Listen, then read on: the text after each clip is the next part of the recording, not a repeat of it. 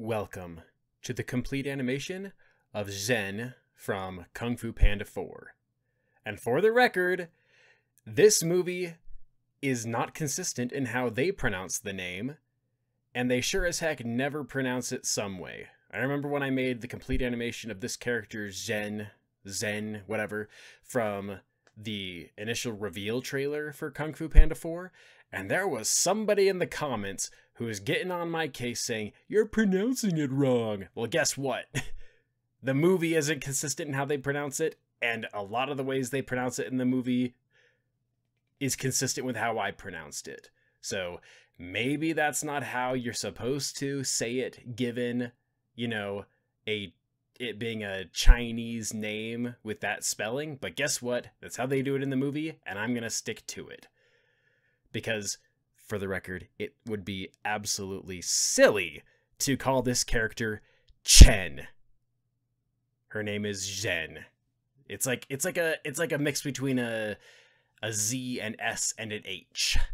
Or for my international viewers, Z and H. But anyway, Kung Fu Panda 4. I really like this movie. And you know what? The more I worked on the footage for this movie, the more I liked it. And I'm just going to say, I think that the biggest flaw that this movie has is that it doesn't feel like it was meant to be a self-contained movie. Kung Fu Panda 4 really feels like it was meant to set up a brand new trilogy from the get-go. It's like Kung Fu Panda 1, it was the first movie of a brand new IP. They had no idea if it was going to be successful or not. Of course it was a self-contained story that could work on its own without any follow-ups. Kung Fu Panda 2, they had no idea if they would be able to turn this into a franchise. Kung Fu Panda 3 felt like it was trying to wrap things up in a pretty, meaningful way. But this movie, right here, Kung Fu Panda 4, feels like it is the beginning of Kung Fu Panda 4, 5, and 6. And that is, the worst part about the movie. It really feels like it's setting that up. Like, the story itself is, relatively self-contained.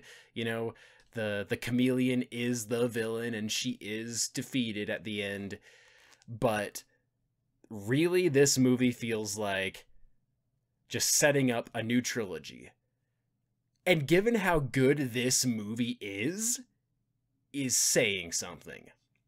It's like, one of the things that I love about this hobby of mine that I also, turn into a bit of a side hustle by monetizing these videos on YouTube, is I get to pour frame by frame over so much footage of absolutely incredible animation.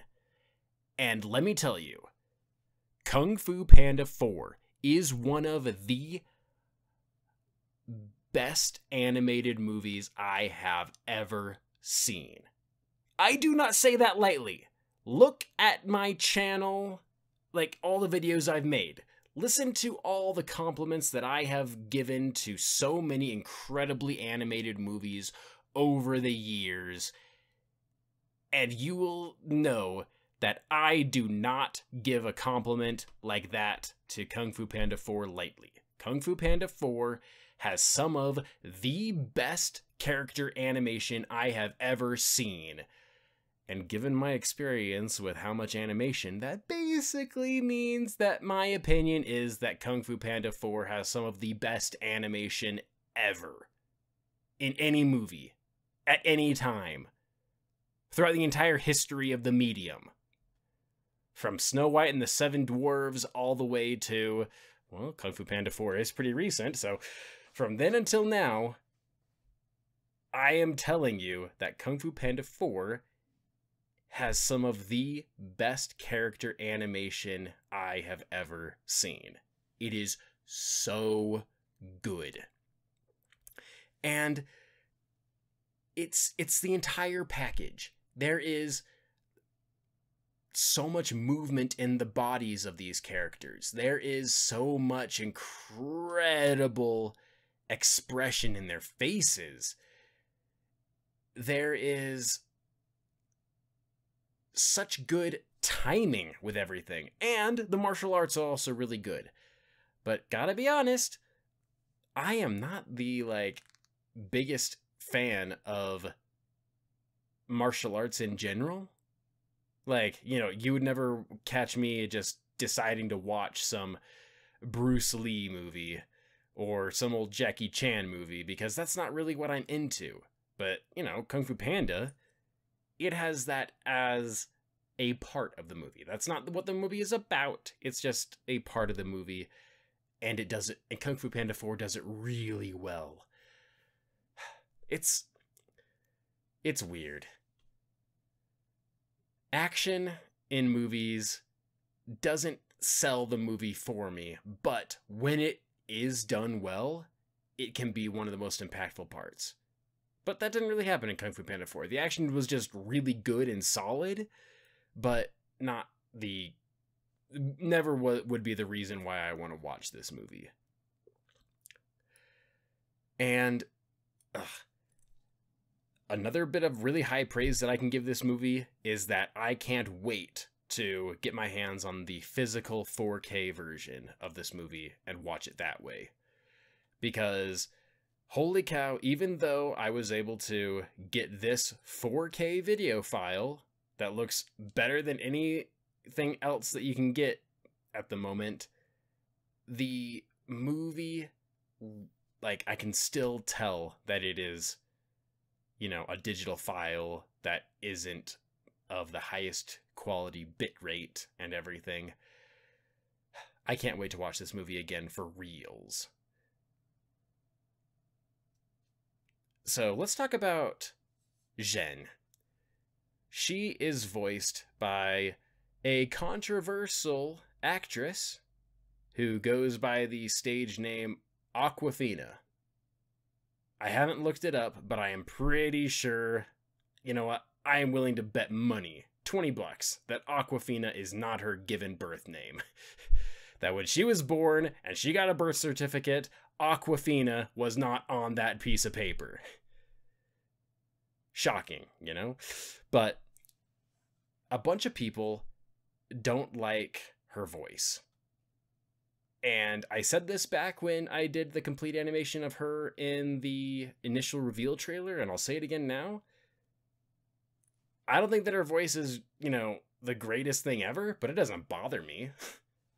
And I think that she actually is showing her chops as an actress with this character, Zhen. Like, she did a pretty good job in some of her earlier voice acting roles. Like, Sisu from Raya and the Last Dragon. Pretty solid performance. She was there in The Bad Guys. Like, honestly, if anybody wants to talk about underdeveloped, underutilized characters, Miss Tarantula from The Bad Guys is a pretty good nominee for that. And she was also, oh, what's her name? Chump from Migration. Migration is such a good movie. Migration is an incredible movie. Migration was the best movie of 2023. Come at me, Spider-Verse. You were a good movie, not as good as Migration. But Awkwafina, who even spells it that way? Whatever. Did such a good job in this movie. The voice acting was on point. She really did just sell the, you know, hustler Fox character. In fact, I would go so far as to say that the sly hustle of a fox character that Awkwafina plays with Zhen is even better than Nick Wilde from Zootopia. I said it. Look at me. I am here with all of the hot takes with Kung Fu Panda 4. So why do people hate Kung Fu Panda 4 so much? We'll get to that later, because right now we are in the city. I don't even remember the name of the city, but what I do remember is that this is a proper city. I hate that I have been born into this car-centric American society. I had no choice. I had no choice of being there when the policies were being made back in the 60s and 70s. Actually, late 50s through the 60s. That was when it all got started. I had no say in the matter. I wasn't there to point out that, like, to be able to be a voice saying, wait, is it really sustainable? Is it really wise to build massive cities where you need a car to get around? I wasn't able to be part of that conversation, and now I have inherited this landscape where you cannot walk everywhere in a city. The cities are too big. They're too spread out. Why are they too big and spread out? Because they were built for cars. So it was like a self-fulfilling prophecy. Let's make cars the default mode of transportation, and then all of a sudden, boom, cars are the only viable means of transportation. And look at this. In Kung Fu Panda 4, there is this big city. A big city. And, like, do you have to ride a horse everywhere? No, the city is built dense enough that you can walk literally everywhere. You can walk from one end of the city to the other, and it wouldn't even take you most of the afternoon. Like, you think about the city you live in, all my American viewers. How easy would it be for you to live your entire life without a car? And the reason why is because the city that you live in was built for cars. And it's awful. This movie just shows, like, of all the fantasy elements in this story, where it's, talking animals, magical sorcery, kung fu masters that are able to defy any and all semblance of laws of physics, all of that is less unrealistic than the city that they live in. Just seeing a city that is built so that you can walk everywhere. It's like, there's the whole movement of 15-minute cities where everything that you need is within 15 minutes of you. 15-minute cities include cars. We need walkable cities in America. But we're never going to get them because the infrastructure for cars is already in place. Nobody is willing to tear down the infrastructure that was made for cars to rebuild to make things that are, not for cars. Which is the silliest thing ever, because back in the 50s and 60s and 70s, we sure were quick on tearing down the non-car-centric infrastructure. Ugh. And this isn't even a partisan issue. Left or right of the two dominant political parties in the United States, both of them are just fine with cars. This is a very fringe, way of thinking. And that's one of the reasons why when I write my own story, it's a fantasy world, I have things in place that make it so that you can never turn these beautiful walkable cities into car-centric hellscapes as it is. My story has zero fossil fuels. Yeah, zero fossil fuels.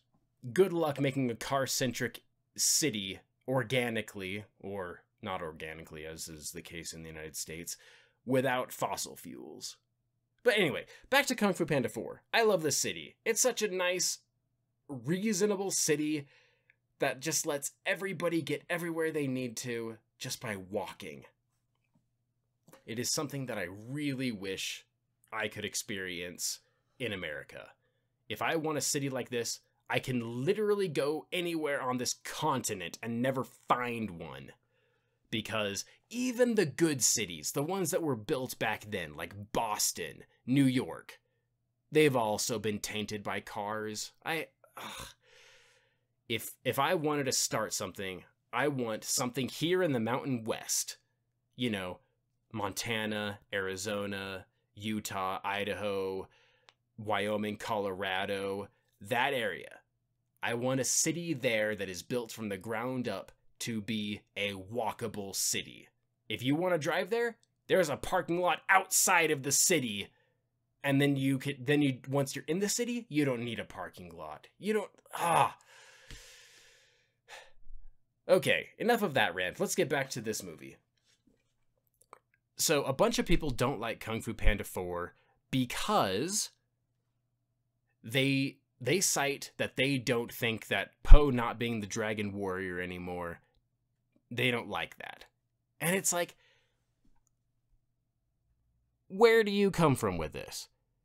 There is no real-world analog to the Dragon Warrior. The Dragon Warrior is purely a fictional concept made for this fictional world.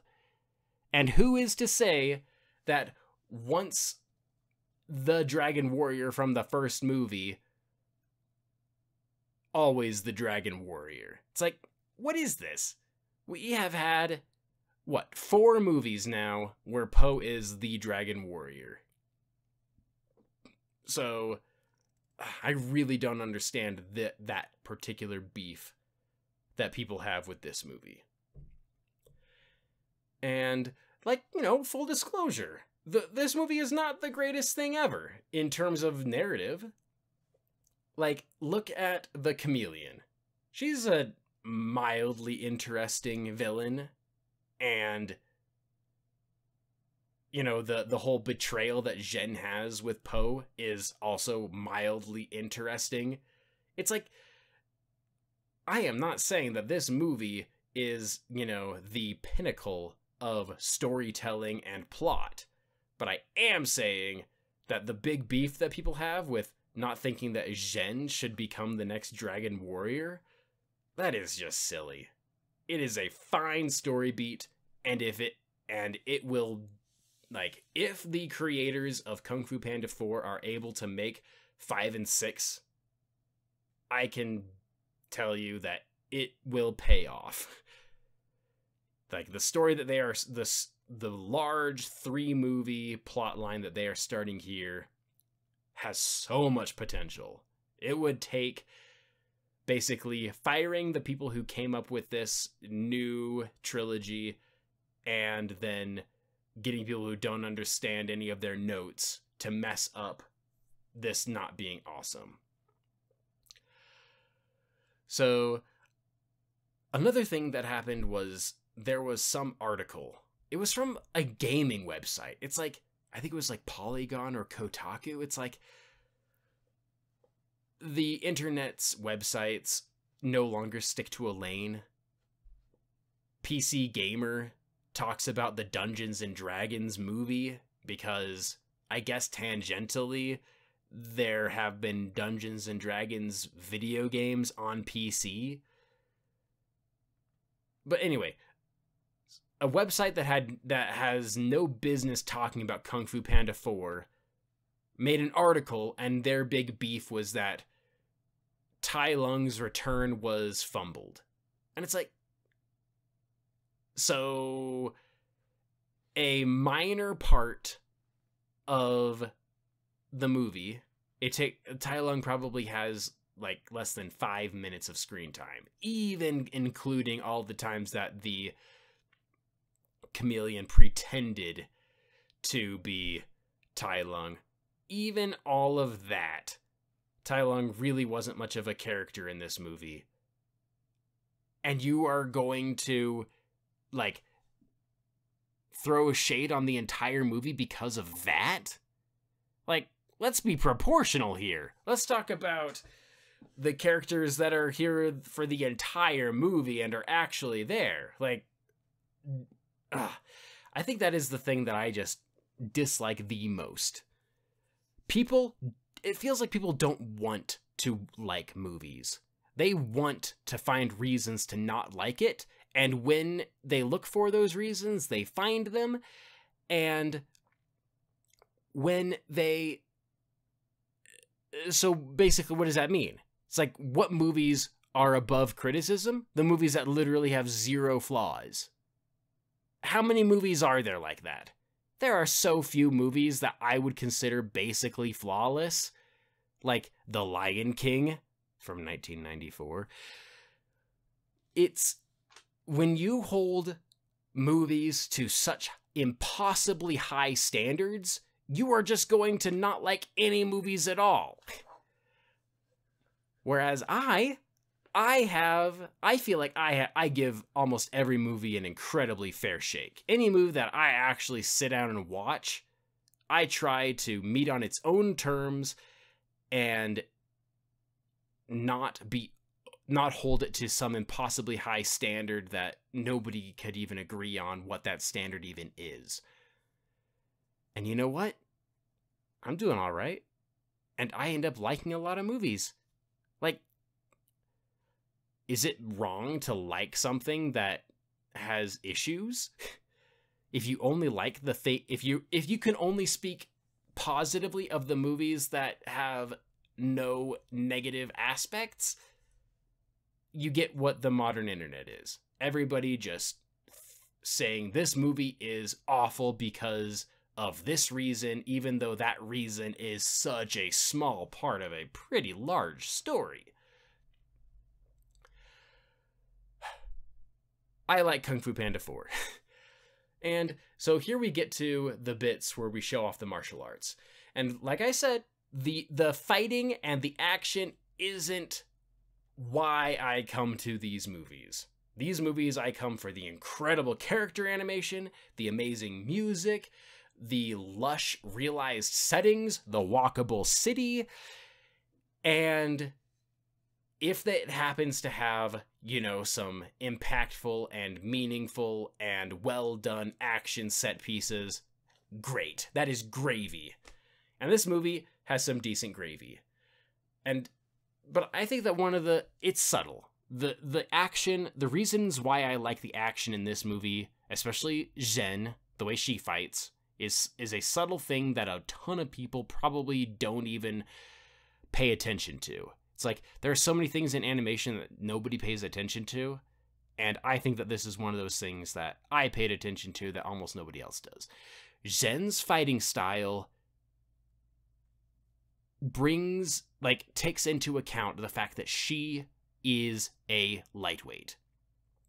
If Po weighs like 250, 350, you know, somewhere in there pounds. If he weighs about that much, Zhen probably weighs less than 70 pounds, less than 50 pounds. She, you know, maybe even less than 40 pounds. She is a lightweight character.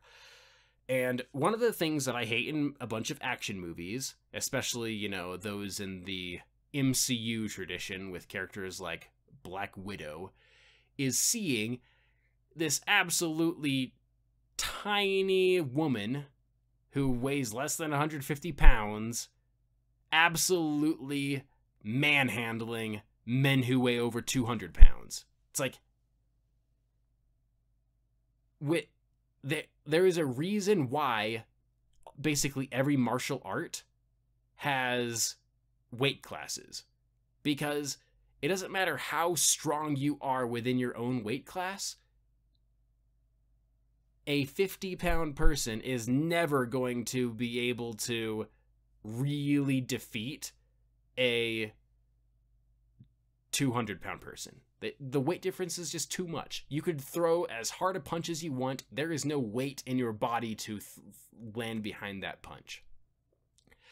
And so, Kung Fu Panda 4 actually acknowledges that with Zhen's fighting style.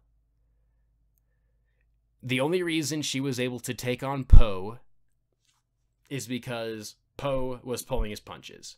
Po really didn't want to hurt her, but he was going through the motions of fighting her, and that's why it was even like somewhat of an evenly matched fight right there. But Zhen uses what little weight she has to such great effect. A bunch of her attacks are not punches. A bunch of her attacks, instead, are full-body, double-legged kicks. It's like she doesn't weigh very much, and so she has to use as much of what little weight she does have, as much as she can. And, like, it's really good fighting style. She, in the context of this fantasy world of animals and, you know, kung fu being, you know, based off of classic kung fu movies, Zhen's fighting style really sells that she is using every ounce of her body weight when she is fighting to great effect. Because she uses a bunch of kicks, her punches don't really seem to land that hard, although that's not totally true. While I was going through this frame by frame, some of her punches landed with way more oomph than they should have, but whatever, this is a fun fantasy movie. So, yeah. I like this movie, and if this gives Awkwafina finally the chance to have a voice-acted character that has, actual weight over many different movies, then I'm all for it. I really like the banter in this movie. It's like, when I first saw this movie, it kind of felt like the banter was, going after that Ghostbusters 2016 style where it's all unscripted and you're all supposed to laugh at the ad-lib that goes on here. But, I actually don't think there was that much ad-lib in Kung Fu Panda 4. What they did is they wrote it to the point that made it feel like there was a bunch of ad-lib, but actually it was smartly and concisely written. Really well done banter, and I didn't really appreciate it until I was going frame by frame through this movie. And I think that's just one of the marks of a good movie for me, is it gets better the closer I look at it.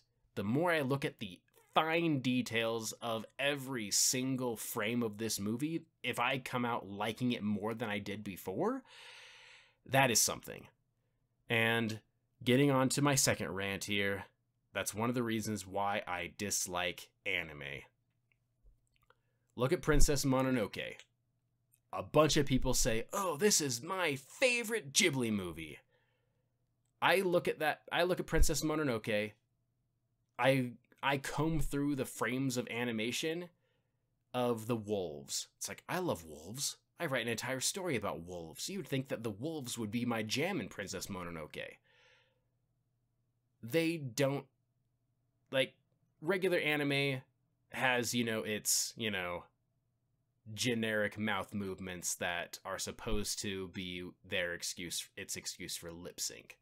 Princess Mononoke doesn't even try that with the animal characters. The animal characters are literally put on a loop that has probably 7 unique frames, and let that play while the audio track is going on.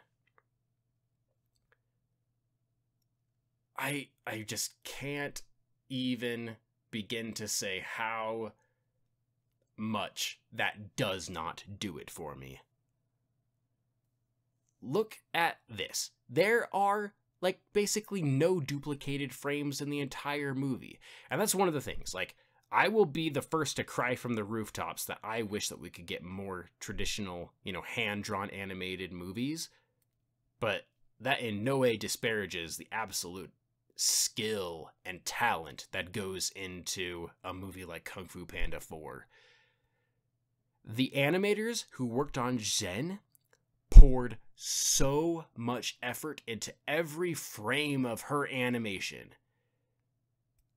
I have looked through this entire movie, and there is basically nothing that is low effort about this character, Zhen. She is immaculately animated for the entire movie. Granted, she's not the main character, that is still Po. And she has just barely over 30 minutes of screen time. But even so, Zhen is so well animated. This entire movie is so well animated. I spent so much time ranting about cities in anime that I didn't even really get to talk about the ways that this movie really improves over Kung Fu Panda 1. Kung Fu Panda 1 has incredible character animation, but it is dated. I've watched the 4K version, the physical 4K version. I bought it. It has, the lighting is so flat and uninteresting in so many scenes. Not all of them. There are some scenes with good lighting, but so much of Kung Fu Panda 1 is just dated visually in a way that Kung Fu Panda 4 isn't. Kung Fu Panda 4 just looks good. I say that Kung Fu Panda 4 is not only a good movie, it is one of the better Kung Fu Panda movies. Thanks for watching.